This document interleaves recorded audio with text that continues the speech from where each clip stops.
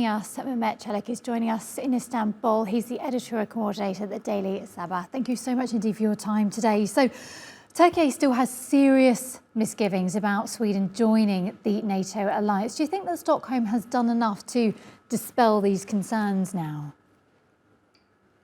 Swedish authorities think that, as part of this deal, whatever is on the paper between Turkiye, as part of that trilateral agreement, as soon as they're done that, Turkey will okay to the country's NATO membership. But it doesn't work out like that, because there is indirectly linked and indirectly influenced matters that have happened since then. And the Quran burning is, of course, one of them. Other than that, yes, today, for example, the Swedish court charged one of the PKK-affiliated terrorists or PKK-affiliated individual, but there has been many protests where PKK-affiliated protesters or sympathizers have been waving the flag of the terrorist organization.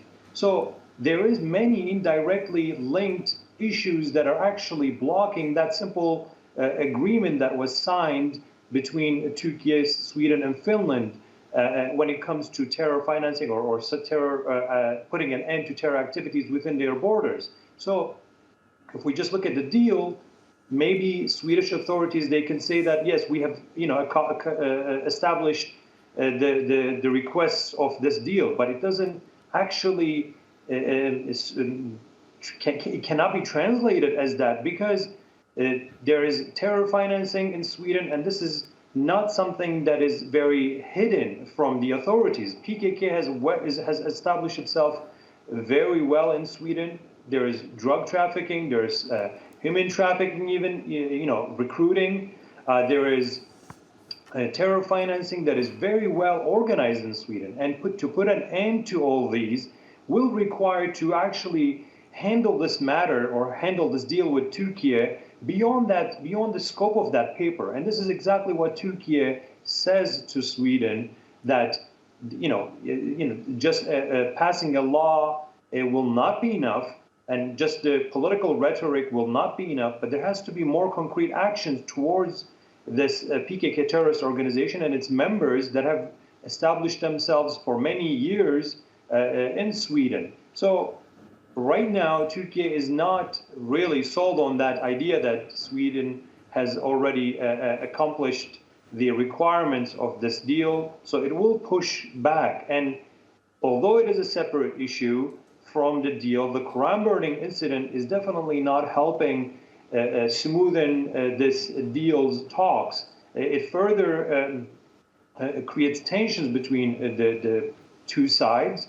Because actually, while it is a hate crime, but it also creates this sense of security deficiency for Swedish government, as this could trigger violence against Muslim community.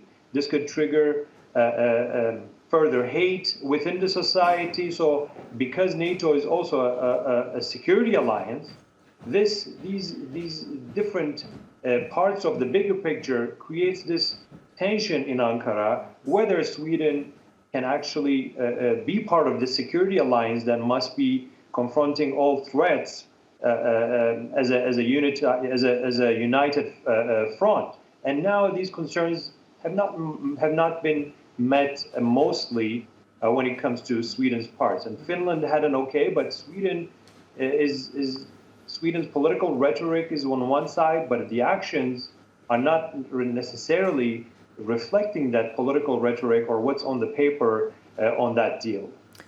Okay, other NATO members, though, have indicated that at next week's meeting in Lithuania, that is the deadline for Sweden's accession to the alliance.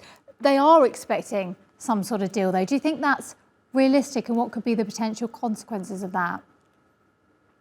Well, look, first of all, I think we must underline one thing, that as one of the key and foundational members of NATO, as the second strongest army of NATO, Turkey is not against enlargement in general, but it's also not against Sweden's joining NATO as a new member. It's not against Sweden's membership, but Sweden has to accomplish or establish all these requirements to be part of this very strong security alliance. And Turkey's concerns are very, very significant because there is a terrorist group that directly targets Turkey, and Sweden has become a safe haven for the members of this terrorist organization.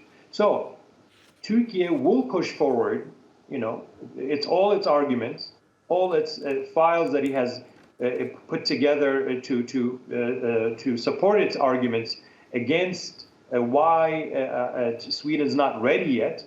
But at the end of the day, 1 week is still a long time for what kind of steps Sweden will take to convince Turkey. And I think one thing that should be understood very well that when it comes to fight against terrorism, terrorist groups, be it PKK, FETÖ, or Daesh, or other terrorist groups, this is a red line for Turkey because it has suffered for a long time from these terrorist groups, and it will no longer negotiate how it fights against these terrorist groups.